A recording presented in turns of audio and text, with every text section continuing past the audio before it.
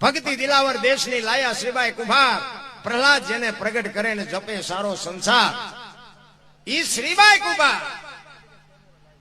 ઈ ઇતિહાસ લાંબો છે, પણ નિબાડામાં કે બિલાડીના બચ્ચા આવી ગયા પછી રામ રામ કરતા હતા અને પ્રહલાદ અહીંયા આવ્યો અને પ્રહલાદ એમ કે છે કે તમે રામ રામ શું કરો છો? એ કે અમે ભગવાનનું નામ લઈ, કે ભગવાન તો મારો બાપ છે. એ કે તમારો બાપ નથી. રાક્ષસ ના રાક્ષસ જ હોય ને, રાક્ષસ ના ભગત થાય. પ્રહલાદ કે મારો બાપ ભગવાન છે. એ કે ખોટી વાત છે. તો કે પણ આ તમે રામ રામ શું કામ કરો છો? એ કે આમાં બિલાડીના બચ્ચા આવી ગયા છે અને રામ જ બચાવે, તમારા બાપાની તાકાત નથી. એટલે પ્રહલાદ ને એમ નક્કી કરવું છે મારા બાપમાં તાકાત છે કે આવડા નામ લેશે એમાં તાકાત છે.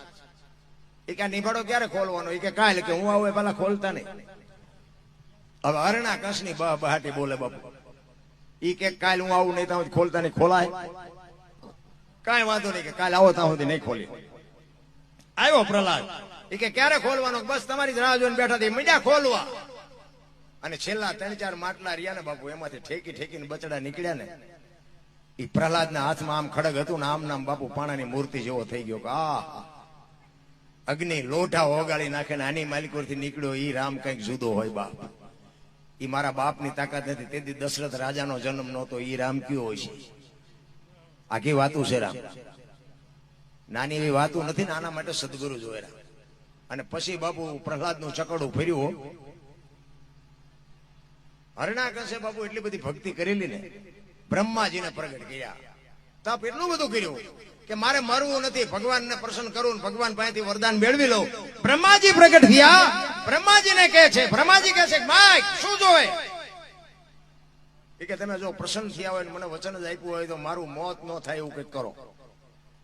એ કે ભાઈ જે જન્મે એને મરવાનું જ હોય, જન્મ હોય એનું મરણ હોય જ. કે ઈ કેવી રીતે બને? કે તો ના પાડો કે નથી હું વચન આપ્યું. બ્રહ્માજી કે અરે ભારે કરી કાંઈ વાંધો નહીં, કે હાલ ને. એ કે એમ નહીં, બોલ્યું નો લખી દો, કાલ તમે ફરી જાઓ. એટલે એ કે લખી દો. એ કે એક કામ કરીને તું લઈ, હું હેઠે સહી કરી દઉં. એટલે જો આમ વાતું પાછું બાબુ છે ને આનંદ કરાવું છો. તેથી નિયાળ્યું બિયાળ્યું હોય કે ન હોય, બ્રહ્માજી ભણ્યા હોય કે ન ભણ્યા હોય, એ પાસે કઈ લોહી ન પીતા, કારણ કે અત્યારે મોબાઈલ નો માધ્યમ છે.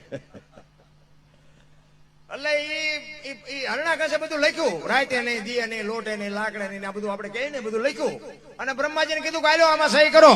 એટલે બ્રહ્માજી આમ વાંચ્યું ને કીધું હરણાકશ આમાં રહી નથી જતું નહીં, કે જોઈ જો હજી જોવું હોય. એ કે ના કઈ નથી રહેતું. કે રહી જાય છે, જોઈ લે, બાકી ઉપાડી લેવાનો છે, વાત પાકી છે. એ કે કાંઈ નથી રહેતું. કે તો કરી દો સહી કરી દીધી. કીધું હાલો દસ્તાવેજ રાખો તમારી પાસે. દસ્તાવેજ મૂક્યો.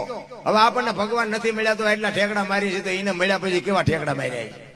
હું જ થાય ત્યારે બધું હું જ કરું છું. નિયાળમાં સાહેબ એમ ભણાવે કે આ બધું રાજા જ કરે છે, બધી દુનિયા રાજા જ જીવાડે છે, બધું દુનિયા રાજા જ કરે છે.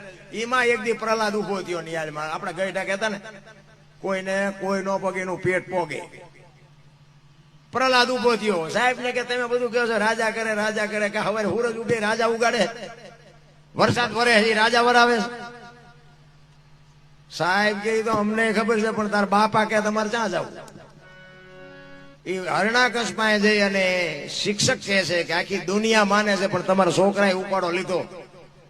પ્રહલાદ ઘરે આવ્યો ને કે બેટા ભણવા ગયો તો? કે હા. ઢીસણ ઉપર બેહાર્યો. એ કે હું ભણાયો? એ કે કૃષ્ણજી નો ક ને ગણપતિ નો ગ ને ઘનશ્યામ નો ઘ ને ભગવાન ના નામ લીધા ને બાબુ, બાવડું ચાલીને આમ દિવાલ આરે ઘા કર્યો, પૂરી દીધો. કે અંધારી ઓરડીમાં કોટડીમાં અને બારણું બંધ કરી દો, હું જોઉં એનો ભગવાન કેવો આવે છે. એ બારણામાં પૂર્યો, બારણું બંધ કર્યું, અંધારી ઓરડી કે ચોકીદાર બેહાડ્યો. એક દી એક રાત, બીજો દિન બીજી રાત થઈને બાબુ અખિલ બ્રહ્માંડ નો માલિકે લક્ષ્મીજીને કીધું બોલો છોકરાનો જીવ નીકળી જાય, તમે એને જમાડી આવો. 32 ભાતનો થાળ લઈને માં ભગવતી આવી બાપુ પ્રહલાદને જમાડવા. એ જમાડે અને બે વાતો કરતા હતા. માં કહે છે કે બેટા તને ખબર હતી કે હું આવી છે? કે હા મને ખબર હતી કે મારી માં રહી જ ન કે મને ખબર આવ્યો કે.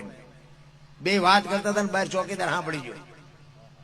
હરણાકશ પાસે જઈને કે તમારા છોકરા પાસે કોક બોલે છે. કે પણ બારણું બંધ, કે બધું બંધ છે, પણ માલપા કોક છે. આવીને બારણું ઉગાડ્યું, આને ખાધેલું જોયું, વાસણ બાસણ બધું જોયું.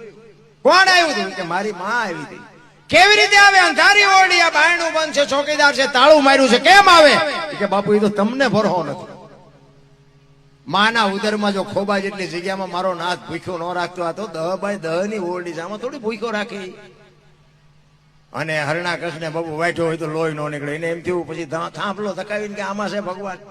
એ કે હા, તો કે ભર બસ આમાં હું જોઉં. હવે અગ્નિ પ્રહલાદ છોકરો બાબુ ગભરાઈ ગયો. ભગવાન ને એમ થયું ખાલી બાજી બગડી જાય. છોકરો આમ આમ આમ હાલતો થયો ને એમાં ઉભો રહી ગયો. આમ હળગતો થાંભલો જોયો ને ઉભો રહી ગયો ને ભગવાન એમ કે બાજી બગડી જાય એટલે થાંભલા ઉપર બાબુ કીડીઓની હાર કરી. અને પ્રહલાદ જોઈ કે કીડીઓને કઈ નથી થતું, મને શું થાય? હળી મારીને થાંભલો બસ ભરી અને નરસિંહ અવતાર થયો. થાંભલો ફાટ્યો અને ઘરમાં બિલાડી બાપુ ઉંદડાને ગોટે ચડાવે ને એમ ચડાવ્યો હરણા કૃષ્ણ. આમ જડબું ચાલ્યું. દિયા સમાનો ટાઈમ ઉમરા વચ્ચે રાખીને ઢીસણ ઉપર રાખીને કે છે હરણા કાઢ તારો દસ્તાવેજ કાઢ. ઈ કે ધરતી ઉપર છો કે ઉપર ઢીસણ ઉપર રાખ્યો? ઈ કે ધરતી ઉપર નથી ઉપર નથી. ઉમરા વચ્ચે રાખ્યો. કે ઘરમાં છો કે બહાર? ઘરમાં નથી કે બહાર નથી. દી આથમવાનો ટાઈમ કે રાત શેક દી રાતે નથી દી નથી. આમ નખ કર્યા. કે લોઠું છે કે લાકડું?